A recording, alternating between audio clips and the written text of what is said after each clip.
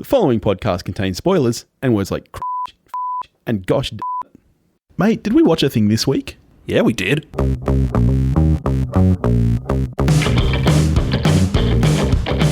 Hello, everybody, and welcome to We Watched a Thing. It's Billy and Topher, and we watched a thing this week. We did it. We did what we say we're going to do. How you doing, mate? I'm just great. Yeah?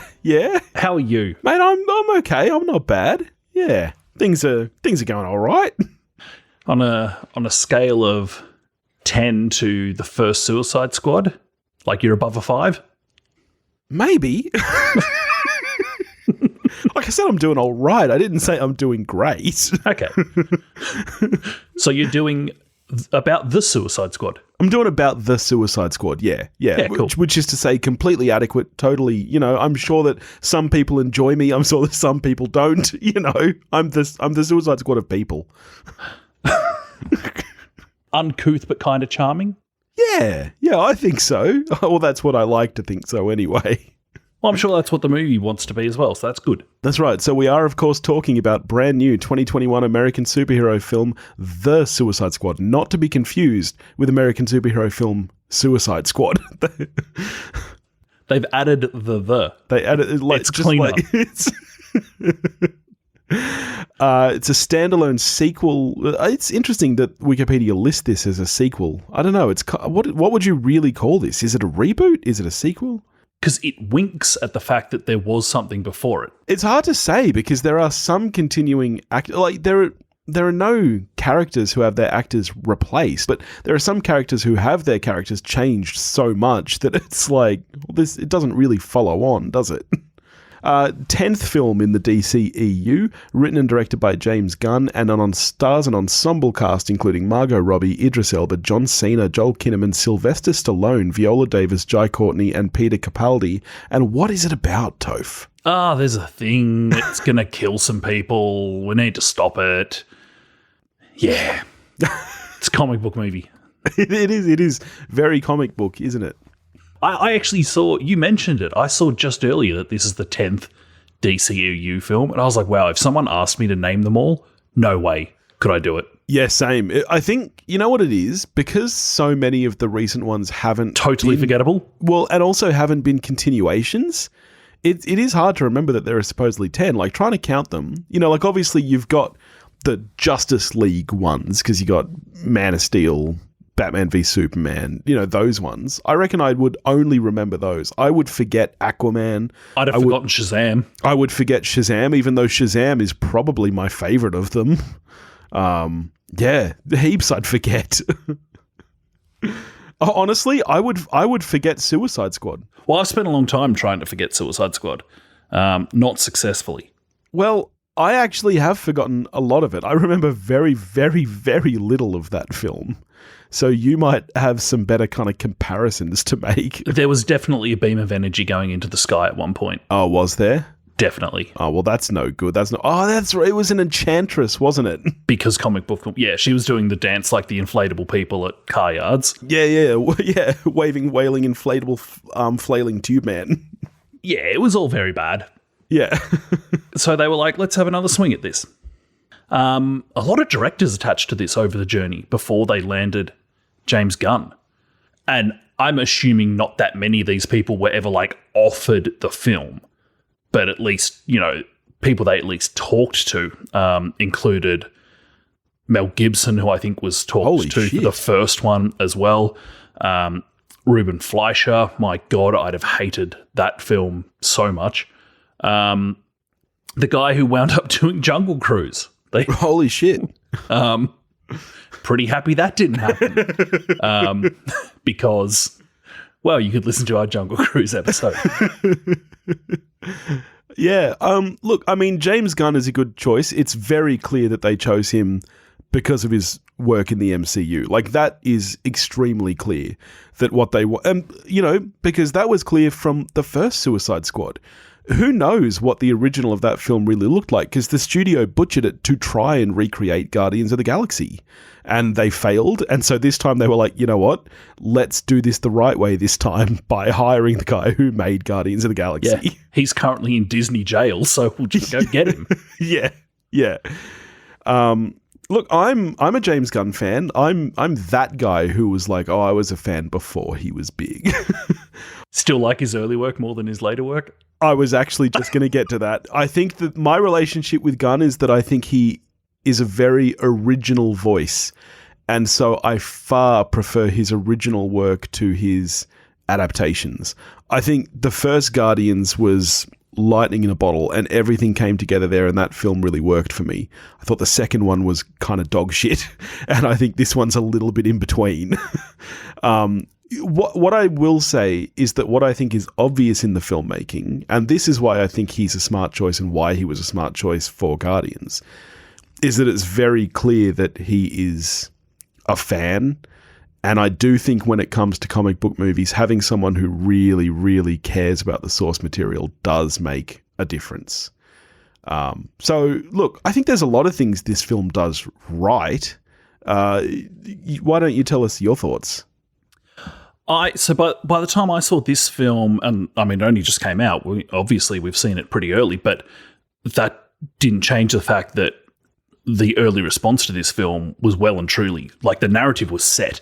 Yes. In that people were really high on this film. Now, this could be down to two things. One is that in comparison to the first one, you could only really enjoy this film. Exactly. Or secondly, and probably, to be honest, more likely, people just like this film more than me. And I don't dislike this film. But I'm not as high on it as apparently the rest of the world are. Yeah, I think a lot of that early kind of buzz has dropped a little. I think, the film literally came out less than a week ago. We did see it quite early. Already, all those scores have dropped. IMDb is down to 7 at the moment, and Rotten Tomatoes, while still over 90, is down to 91 instead of the 98 that it was on release day. So I think that they'll keep evening out a little bit as more people see the film. And I think that part of that is just that the early viewers for these films are people who are going to like these films. It's the same reason that every Marvel movie, starts at very high scores, because people who are rushing out to Marvel movies on opening day are the Sam Hurleys of the world who are going to give it fucking 10 out of 10, even if it's a piece of trash. And then as more people see it, I think you start to get a better picture of what the film is actually like. Having said that, this film still sits mid to low 70s on Metacritic. Yeah. That's a good score. That is a good score. Yeah. It's a really good score. And great. I'm happy people like it. I don't dislike it. Yeah. That's exactly where I was just going to go. I like this film. I think it's fine. I think I went in with way too high expectations. And I think I'm very lucky that I was able to see it at the cinema, which I do think makes a difference. And even at the cinema, I'm not going to lie to you, this movie drags in the middle act, and there were about 40 to 45 minutes there where I was in very dangerous territory of snoring. And I think if I had watched this at home, I would have drifted off. So, yeah, I think that seeing this at the cinema was a very good move for me. Now, you did watch it at home. How did you feel about the experience? Do you feel like this is one of those, you got to see it on the big screen kind of things? I'm sure it would have been better because movies are better at the cinema. Yeah. They just are. It's like Black Widow. Would I have liked it more in a theater? Of course I would. Yeah. I can't speak to how good the surround sound is for this film. Of course, there's things like that you're just not getting. Even though I'm not messaging people during the film, you're still out in the world watching a movie instead of being completely locked into it, and it's just not as good. I don't think that's the difference between me and a lot of people with this movie. And like you said, I was as I was watching it, so you touched on it, and I thought the exact same thing. This film in structure has what I thought of as dad bod.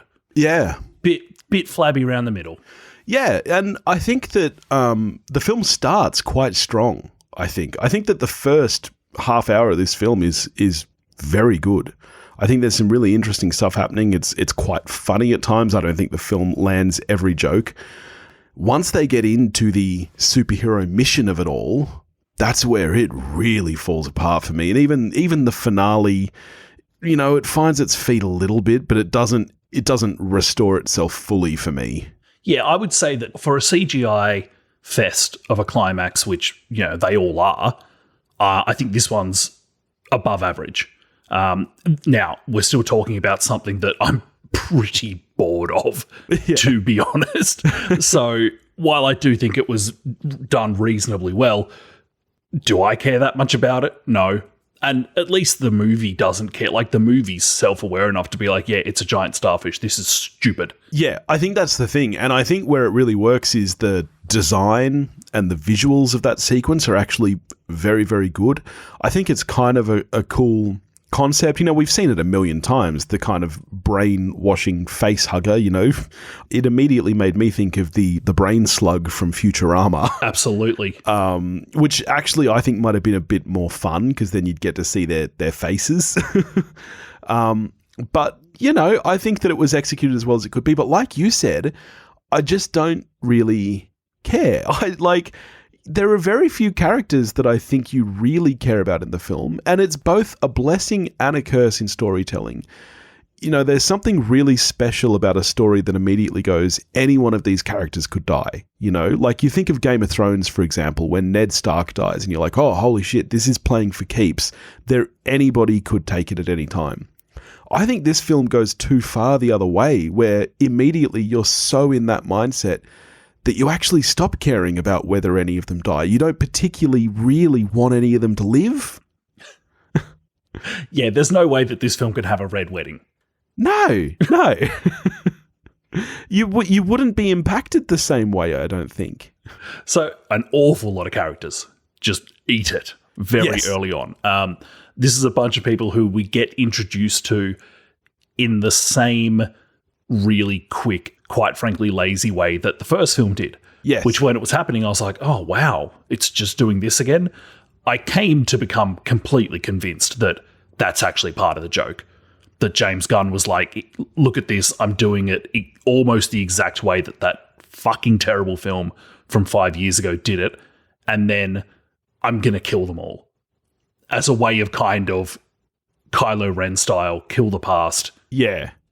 Yeah, and that I thought was actually done very well and took me really by surprise. Because there's really famous people who you kind of just think are not going to die 10 minutes into a film. And I don't know about you, but that I don't watch a lot of, I don't watch any trailers unless I see them at the movies. The only marketing I had seen is through people who were in it. I'd seen quite a lot of Pete Davidson talking about the film. I just assumed that he was one of the Suicide Squad. So when he dies in that first 12 minutes in, when all of them eat it, and he's the first one, I was like, oh shit, I did not see that coming. Yeah.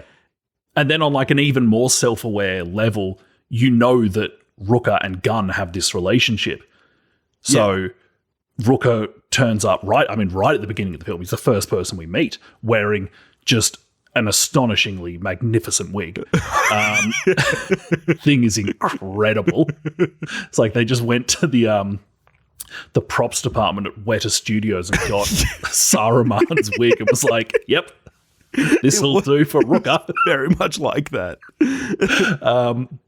So, yeah, you're not really expecting Rooker to cop it 10 minutes in either. No, and I'm a big Michael Rooker fan, and Gunn has had Rooker in everything since he started as a young director.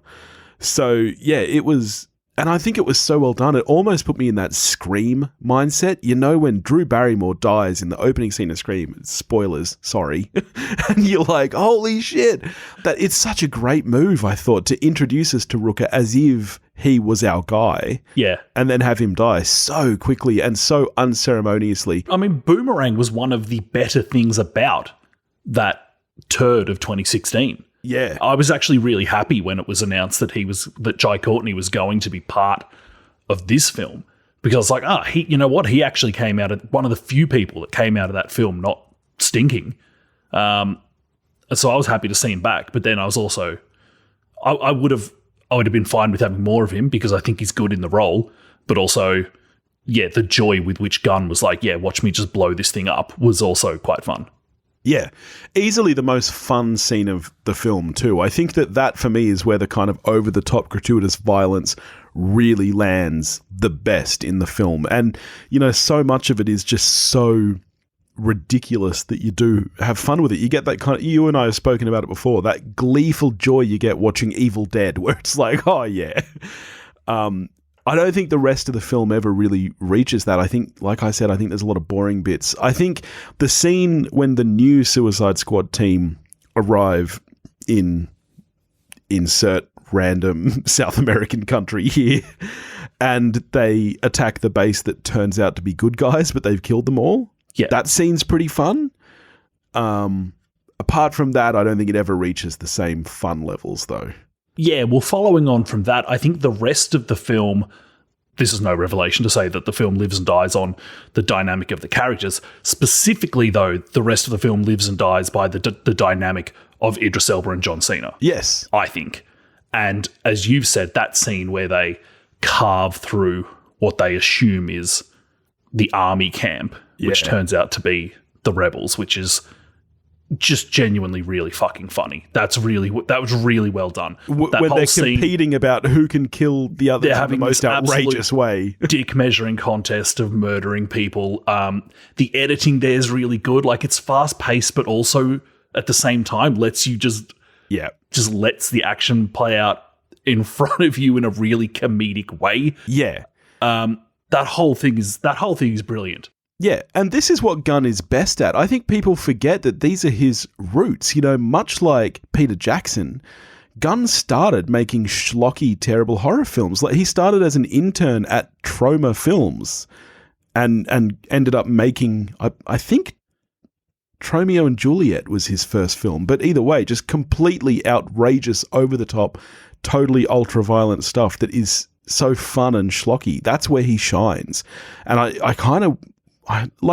it's a fine line. I don't necessarily wish there was more of it in the film. I just wish there was more that wasn't kind of dull mission type stuff.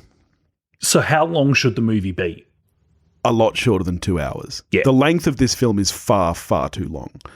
Honestly, 90 minutes might be pushing it. You could get away with a really, really great version of this film at like around the 80 to 85 minute mark. And there's nothing wrong with that. The films used to be around that length and it was perfectly acceptable. I think Especially action films. Especially action films. I think that over 2 hours it really does outstay its welcome, for me at least. I completely agree. I felt the runtime, and it's not a particularly long film. But feel it. By these days' standards, it's not particularly long. No, it's an awful lot shorter than Zack Snyder's Justice League. This is like 2 hours, 12 minutes, especially if you sit through the entire credits, which you have to for the post-credits scene, because it's a comic book movie. Well, you don't have to. That's true. You can be like, fuck you. If you want to tell me a story, tell me a story. So let's talk characters and cast then. You've kind of already mentioned the cast that were in the previous film, which really, from memory, is just Jai Courtney and Margot Robbie. Is that right? And Rick Flagg returns. Rick Flagg, yeah, who completely different characterization, though. Can I be real with you for a second and tell you who kept me awake during this movie? John Cena. John Cena fucking shines in this movie. For me, he is far and away the best thing about this film. Has he ever looked more like a roided up Mark Wahlberg than in this film? Yeah, totally. But it works so well for and like even from his very introduction, where he's introduced with the exact same monologue with which we are introduced to Idris Elba.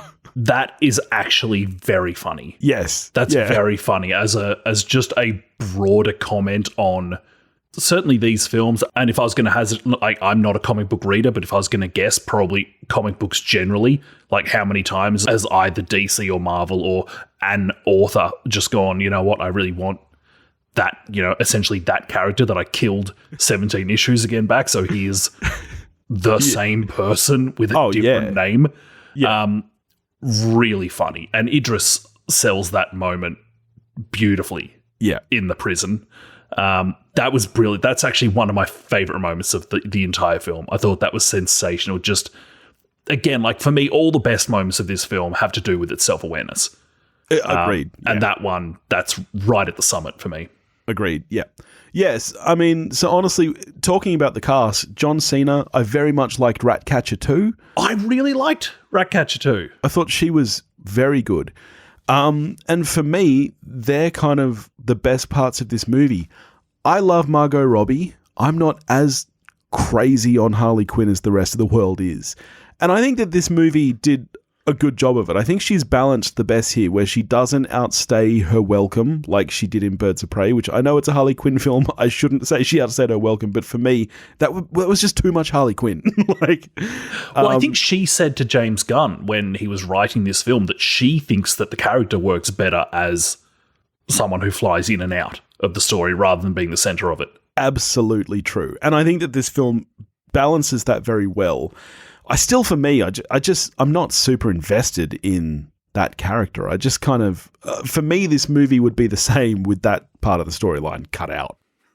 I don't dislike Robbie as Harley Quinn. Like you, I'm probably not as taken with it as a lot of people are. Was I in any way getting off on the Harley Quinn and the Javelin storyline? Not at all. No. Not at all. Her escape and we're talking about the dad bod section of the film, like her escape and her would-be rescue, like that is the part of the film. And it's not just that sequence, but it is that part of the film where I was like, all right, could we move this along? Can I see more of Peter Capaldi with shit in his head or something? For me, anyway, in that period of the film itself is just having way less fun. Yes. So if those scenes, which some of them I would quite frankly just cut the entire scenes, if they were there but really fun, like that's fine. That's absolutely fine by me. I didn't find them fun. I was just like, Jesus, I don't actually care about the third general in line in Corto Maltese. Yeah.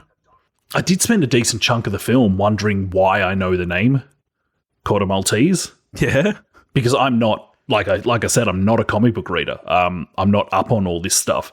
And I realized that when I'd be rewatching Tim Burton's Batman, and where Kim Basinger's character was a conflict photographer who had been to Corto Maltese, and I for ages I was like, fuck, I'm dumb. I don't know where this place is.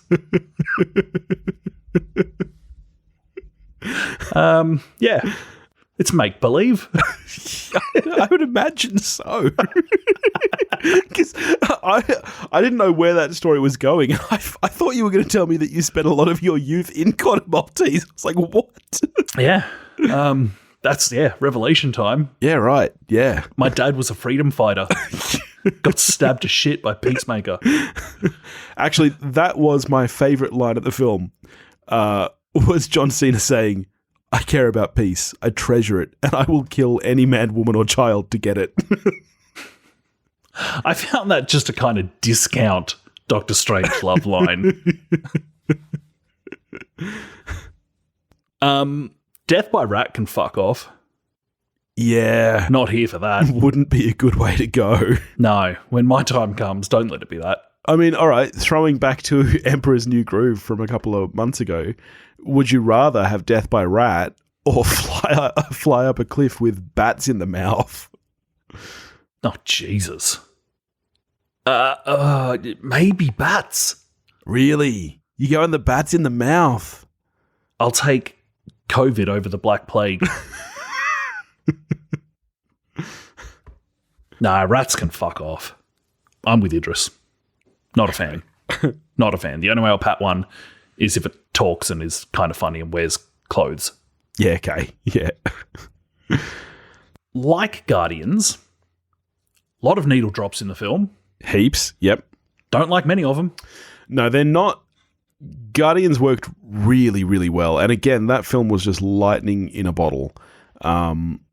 Needle drops didn't really work for me here. I mean, honestly, so unmemorable. I couldn't even tell you what one of the needle drops was. I remember the needle drop of Metallica in Jungle Cruise much better than I remember anything from here.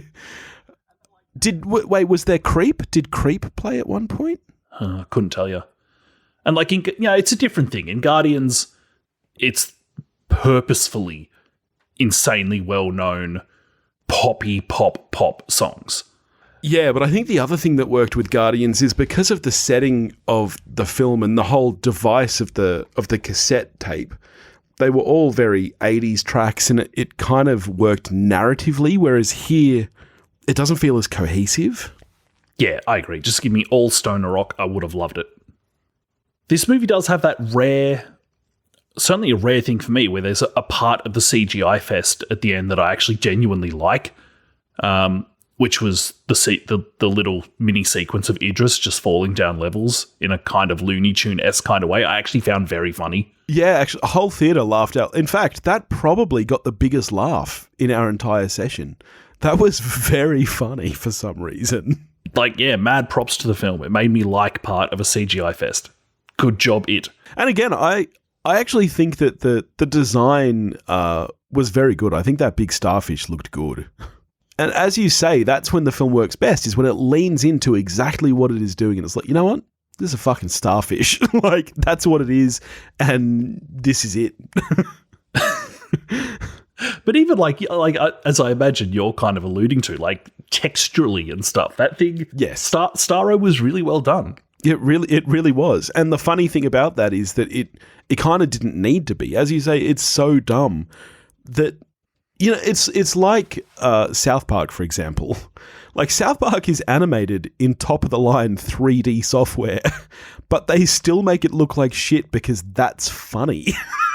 And this was a little bit the same. This is the one chance they had where it actually would have been kind of funny if this thing didn't look as good as it did. If it was like literally a cartoon. Yeah, and yet it kind of looks the best that I think any of the bad guys have looked in any of the DC films. It looks better than Enchantress Dancing, I'll tell you that much. Looks a fuckload better than...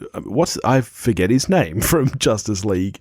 Was he Steppenwolf? Steppenwolf, yeah. In either version of that film.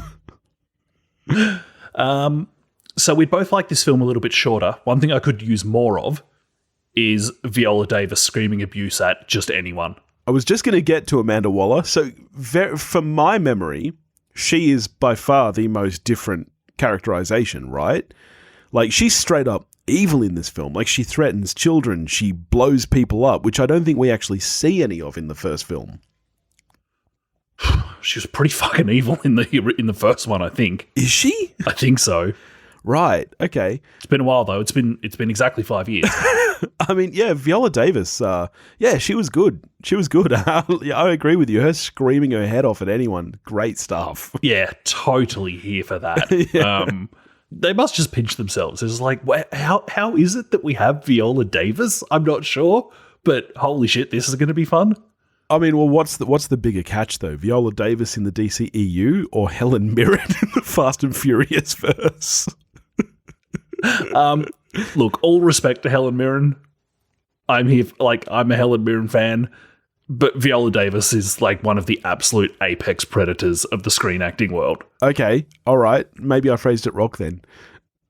Viola Davis in the DCEU or Charlize Theron in the Fast and Furious verse?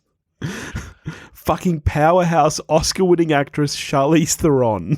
I can tell you which one I like more in those franchises, and it's absolutely Viola Davis in this. Definitely.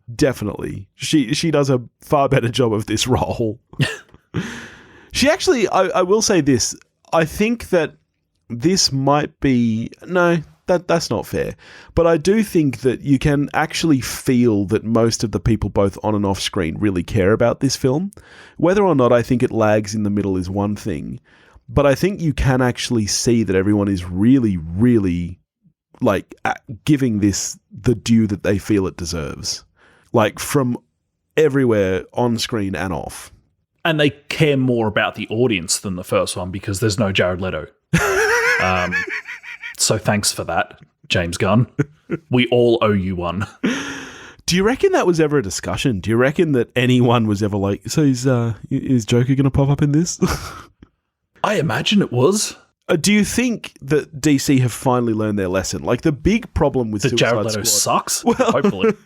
The big problem with Suicide Squad, to my understanding, is, you know, the kind of studio control issue where who knows what the original of that film was actually meant to be, other than David Ayer. Do you think that Gunn had basically autonomous control over this film? I mean, he said that he had more control over this than he has had with Guardians. And, I mean, filmmakers within the MCU kind of famously are always saying we were surprised at how much freedom we had. Yeah. So for Gunn to say that about this film, I mean, if we're just taking him at his word, I think we've got to say that he probably had a lot of control. Yeah, I mean, it doesn't surprise me. I think the difference is that this, you can call it a sequel all you want. This is effectively a standalone film.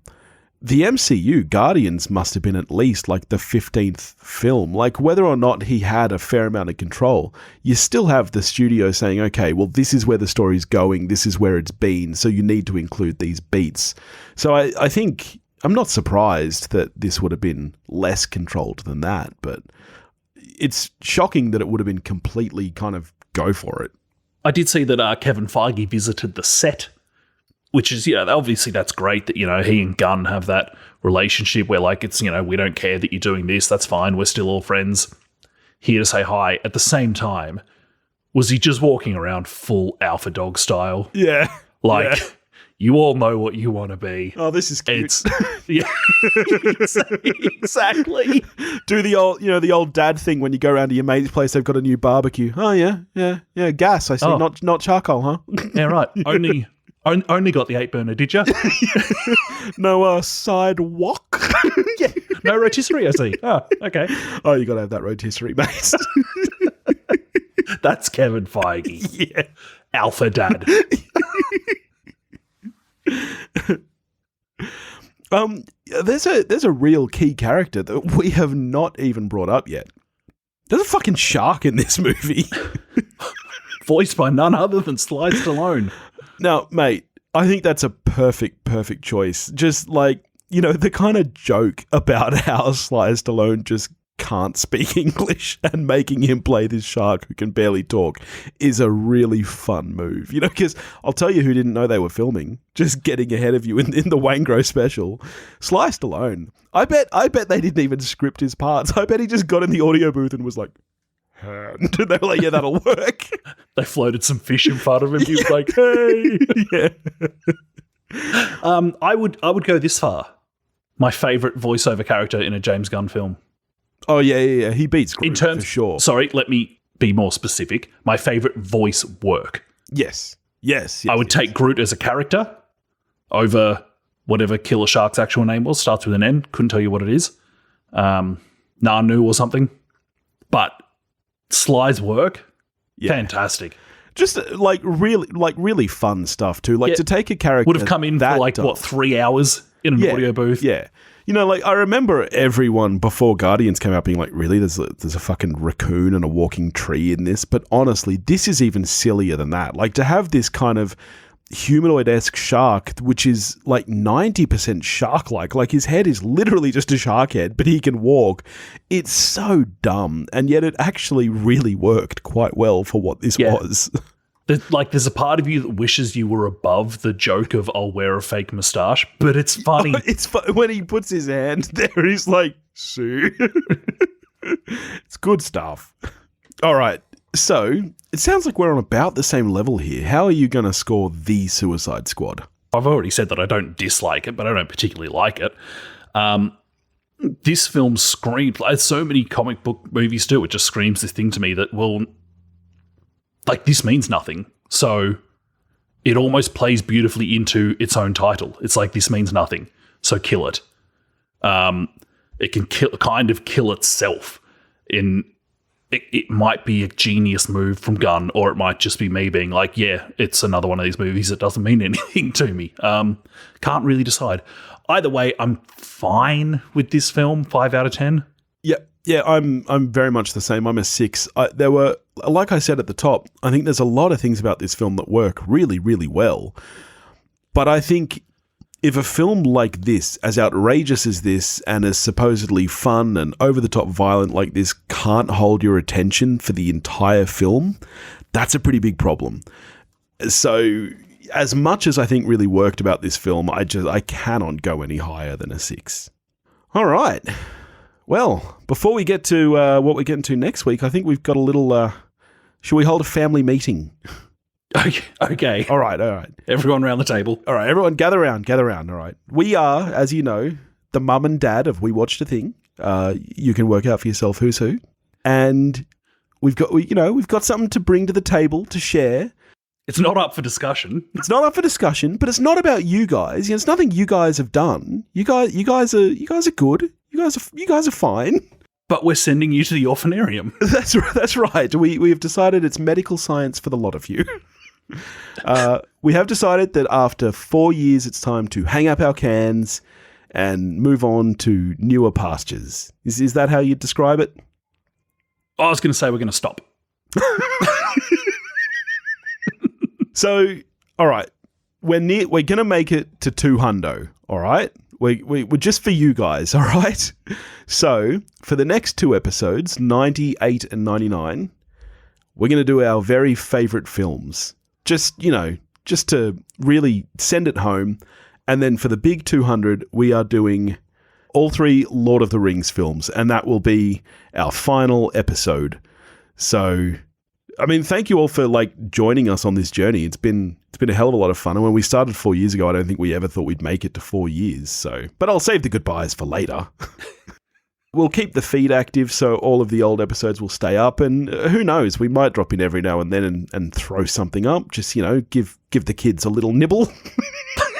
I mean, I'm sure that's how it works, right? Like mum and dad, they'll stop by the orphanage every now and then, and how you going? Yeah, hope you're all right. So anyway, that's the plan. So 3 more for you guys. So all right, shall we reveal now what our favourite films of all time are? I'm happy to do that. All right. So we haven't decided yet what order we're doing this in, but the next 2 weeks will be what has been my favourite movie for over 3 decades now. Hasn't changed. That's Return of the Jedi.